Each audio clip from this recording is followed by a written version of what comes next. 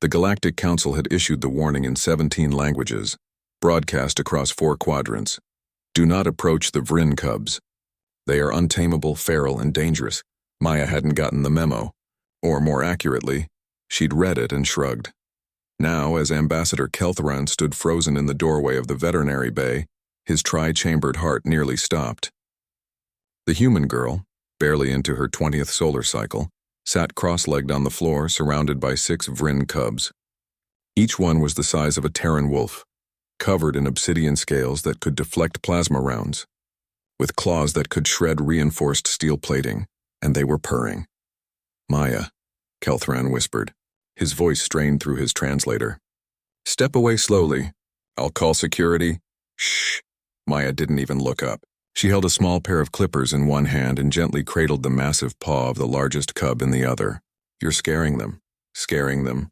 Tor, the boldest of the litter, sat perfectly still as Maya examined his claws with the focused intensity of a master craftsman. The cub's golden eyes that had struck terror into the hearts of trained soldiers, watched her with something that looked disturbingly like adoration. "Good boy." "Tor," Maya murmured, her voice soft as moonlight. "I know they're a bit overgrown. We'll get you sorted." Clip. The sound of the trimmer cutting through keratin echoed in the silent bay. Kelthran flinched. Tor didn't even twitch.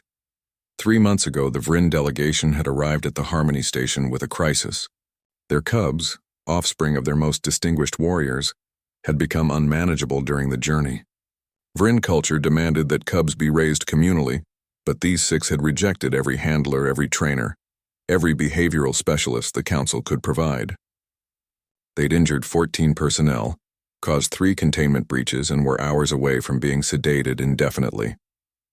Then Maya had walked past their holding cell. The cubs had gone silent. All 6 had pressed against the energy barrier, not with aggression but with desperate curiosity.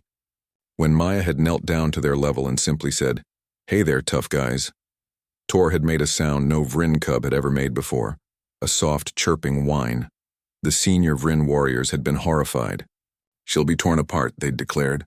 "Humans are fragile. This is madness." Maya had been given 5 minutes to prove them wrong. She'd needed 3. Now, as Kelthran watched, Maya finished with Tor's front paws and moved to the back ones. The cub rolled onto his side without prompting, exposing his vulnerable belly, an act of trust that no Vryn, not even the cub's own parents, had witnessed. "There we go," Maya said, running her hand along Tor's scaled flank. "All done. Who's next?" A smaller cub, one with a distinctive white marking across her snout, immediately scrambled forward, shoving her larger siblings aside. Maya laughed, the sound bright and utterly fearless. All right. Don't push," Kelthran finally found his voice. "How are you doing this?" Maya glanced up, her dark eyes meeting his. "Doing what?" "They're Vryn cubs. They're classified as hostile fauna on 12 worlds. Their own species can barely handle them until they're past their first molting cycle." Maya looked down at the cub now settled in her lap, already extending a paw toward the clippers. "They're not hostile. They're just scared and overstimulated. Everything here is too loud, too bright, too much." She gently pressed the cub's paw pad, extending the retractable claws. They needed someone to be calm, to be patient, but surely their handlers were terrified of them. Maya's tone wasn't accusatory, just matter of fact. "Animals can smell fear. These guys can probably sense electromagnetic fields and taste adrenaline in the air. Every person who approached them came loaded with expectations and anxiety." She clipped another claw with practiced ease. "I just came with snacks and no agenda." Kelthran's tendrils twitched, his species equivalent of a nervous laugh. "Snacks, dried meat. The good stuff." Maya nodded toward a pouch on her belt. "Turns out Vryn cubs love Terran beef jerky." "Who knew?"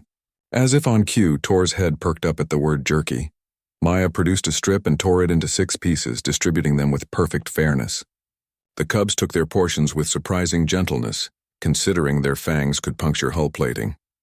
"The council wants to study your methods," Kelthran said. "They're calling it the human rapport phenomenon. There are 3 research teams preparing proposals." Maya snorted. "They can save their funding. There's no phenomenon. I grew up with dogs, cats, horses, and a very grumpy raccoon named Gerald. This She gestured at the cubs now contentedly gnawing their treats. It is just Tuesday for me. But Vryn cubs are babies. Maya's voice softened. They're babies who miss their parents and don't understand why everything changed. They're not monsters. They're not weapons. They're scared kids with big teeth and sharp claws who needed someone to see them as more than a problem to be solved. Kelthron was silent for a long moment. His species had explored the stars for 3,000 years, had catalogued 10,000 sentient races, had built wonders that defied physics itself. Yet here was a human girl, from a species barely a century into interstellar travel, doing what the entire Galactic Council had deemed impossible. She was doing it with nail clippers and jerky. The Vryn parents want to meet you, Kelthron said finally. They're arriving tomorrow. Cool. Maya finished with the last cub and wiped her hands on her work pants. Tell them to bring baby pictures. I want to see what these guys looked like when they were actually tiny. As if understanding, Tor pushed his massive head against Maya's shoulder, nearly knocking her over. She steadied herself and scratched behind his ear ridge, right where the scales met softer skin. The cub's purr deepened, a sound like distant thunder. Kelthron backed slowly out of the bay, his worldview quietly rearranging itself. The humans had a saying, he recalled, not all who wander are lost. Perhaps there was a corollary. Not all who seem tame are weak, and not all who seem wild are beyond reach. He left Maya there, surrounded by 6 wild beasts, all of them now carefully groomed and utterly besotted with the small human who'd looked past their teeth and claws and seen what everyone else had missed. They were just kids, and kids, no matter the species, just needed someone to care.